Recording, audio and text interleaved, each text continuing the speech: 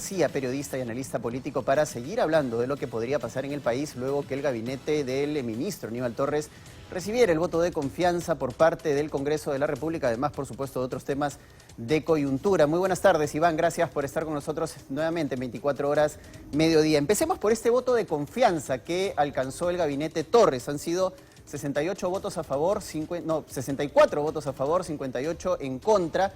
Un margen bastante ajustado, pero que nos deja claro algunos temas todavía pendientes en el Congreso de la República. Por ejemplo, lo relacionado a esta moción de vacancia contra el presidente de la República. Todo haría suponer que no se alcanzarían los 87 votos necesarios para que prosperen. ¿Cómo ves tú el panorama respecto a esta situación? Paco, buenas tardes. Bueno, de repente ni siquiera se alcanzan los 52 votos para que la moción de vacancia sea admitida a debate en el Pleno, que es el paso previo para una eventual contabilidad de mayoría calificada, es decir, de los 87 votos. Bueno, creo en primer lugar que el voto de confianza obtenido por el gabinete Torres no es ninguna sorpresa, estaba en el monitor, estaba en el radar de las posibilidades.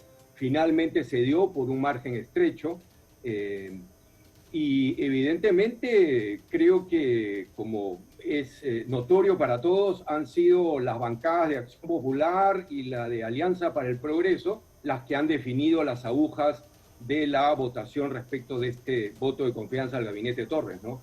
Ahora, hay precisamente una suerte de ruptura al interior de estas dos bancadas que tú bien has mencionado, ¿no? Acción Popular no ha votado en bloque, como lo ha hecho en anteriores oportunidades. Hay una diferencia entre básicamente parlamentarios de la capital y parlamentarios del interior del país, y lo mismo parece ocurrir en Alianza para el Progreso, ¿no? Coincidentemente, estos dos grupos políticos además se han visto envueltos en situaciones en las que algunos parlamentarios pues han tenido algunos acercamientos con el Ejecutivo. A ver, en el caso de Acción Popular, mira, han sido 13 votos a favor de la confianza del gabinete Torres. Es un número grueso respecto de la bancada y evidentemente delata que estamos ante una representación parlamentaria que va pues desnudando un carácter prebendario respecto del Ejecutivo, ¿no? Creo que eso es claramente visible con esta ruta, ¿no es cierto?, que ha finalmente decantado la bancada de Acción Popular y que le ha merecido desde el partido un llamado a las explicaciones y a dar cuenta de cómo y por qué es que finalmente la bancada, en un número importante de representantes, finalmente optó por darle la confianza al gabinete. Hay ahí cada vez más grietas entre el partido y la bancada, que, bueno, no sé finalmente cómo es que se va a resolver esta distancia cada vez más crítica entre estos dos, digamos, estas dos representaciones, ¿no? La político-partidaria y la parlamentaria del mismo partido. Y en el caso de Alianza para el Progreso, pues nada, lo que percibo es que nuevamente, pese a los llamados que incluso el mismo vocero de Alianza para el Progreso hizo en días previos respecto de la confianza, en el sentido de que no se le iba a otorgar, el mismo Eduardo Salguana se abstuvo en la votación y no votó en contra, ¿no?, de la confianza, como él mismo había venido señalando incluso horas antes del trance parlamentario para resolver este asunto en el Pleno. Entonces, en el caso de Alianza para el Progreso, mira, lo que yo veo otra vez es la reincidencia o la redundancia en lo que criollamente o coloquialmente se llama la escopeta de dos cañones, ¿no?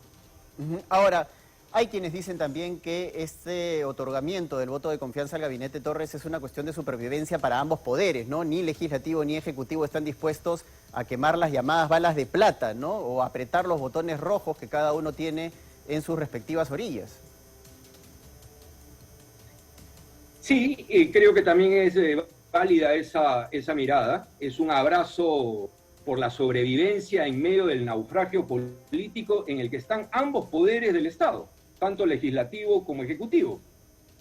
Ahora, si uno mira los sondeos de opinión, con esto termino, Paco, de manera muy breve, este último de Ipsos nos está diciendo que el descrédito y el desafecto ciudadano hacia los dos poderes del Estado, es decir, Ejecutivo y Legislativo, es creciente, contundente, macizo a nivel de opinión pública.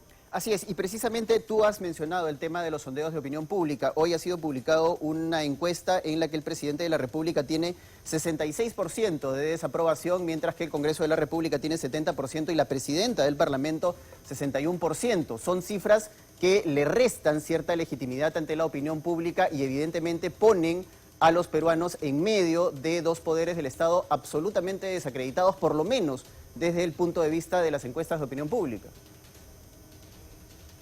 Por eso decía, Paco, que este finalmente termina siendo un abrazo en la sobrevivencia en medio de un naufragio político que comprende a los dos poderes del Estado, que comprende a la representación parlamentaria, que comprende sin duda al oficialismo en el Ejecutivo, que comprende a Pedro Castillo y que también incluye ciertamente a Perú Libre. Creo que, como ya he venido diciendo y repitiendo hace varios años, el gran problema del Perú es que estamos en medio de una crisis de régimen político del cual hasta ahora no existe ni una sola luz al final del túnel para avisorar una salida. Ahora, precisamente mi pregunta iba por ese lado. Iván, ¿cómo salimos de esta suerte de limbo en la que estamos con estos poderes políticos que se encuentran ampliamente desaprobados, con un grueso sector de la población, según la última encuesta 74%, que piden que se vayan todos? Pero además, si se van todos, la pregunta es ¿quién entra? ¿No? Nos exponemos a una situación aún más seria de la que estamos experimentando hoy por hoy. Paco, sin duda, digamos que la ruta de descomposición y de invertebración política se mantiene intacta desde el quinquenio pasado. No se ha hecho absolutamente nada en términos de reforma política para darle un punto de quiebre a esta descomposición y a esta desintegración política que cada día avanza más y más. Esto evidentemente, de no mediar, digamos, un cambio importante o significativo, va a tener repercusiones en el mediano y largo plazo para el país.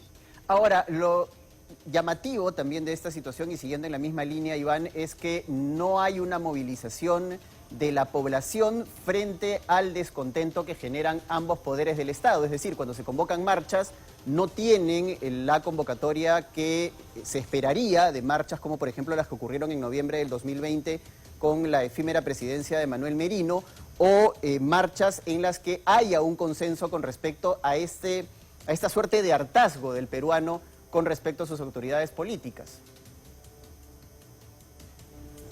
Bueno, creo que la inmovilización o desmovilización es momentánea, es temporal.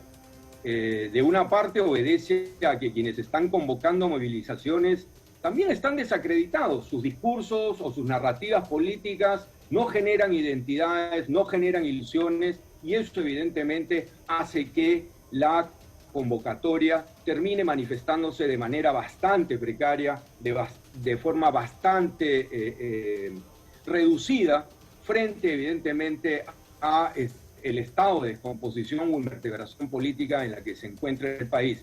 Pero esto sin duda, Paco, es, como acabo de decir, temporal y momentáneo. La opinión pública, la ciudadanía, de mantenerse este estado de cosas, evidentemente encontrará maneras, motivos y liderazgos nuevos para movilizarse más temprano que tarde en las calles contra esta enorme descomposición, contra esta enorme manifestación de incompetencia política en todos los niveles, tanto en el Parlamento como en el Ejecutivo.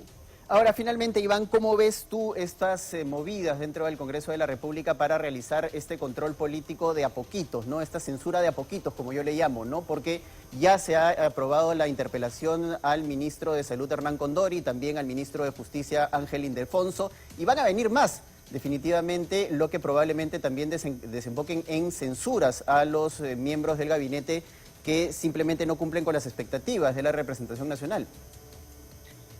Finalmente, Paco, es una manera de salvar la fragmentación, el estado caleidoscópico que comprende a ese Parlamento.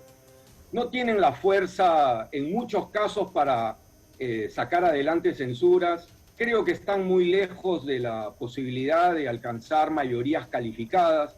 Consecuentemente tratan pues de administrar su propia crisis a través de estos mecanismos de interpelación, como en el caso de Condori, pese a que se había hablado antes de, digamos, el voto de confianza, de que no se iba a echar mano de la interpelación y que se iba a proceder directamente a una censura de Condori. Ya retrocedieron y ahora van por la interpelación y bueno, veremos luego si es que sacan adelante a debate una censura al ministro de Salud. Yo creo que, Paco, lamentablemente el Congreso, en el estado de cosas que lo atraviesa, fragmentación,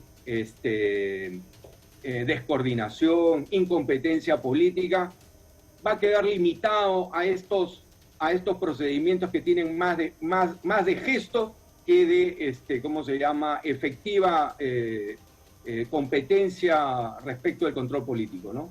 Muchas gracias, Iván, por haber estado con nosotros y compartir tus opiniones a través de 24 horas en mediodía. Hasta otra oportunidad. Vamos a continuar nosotros con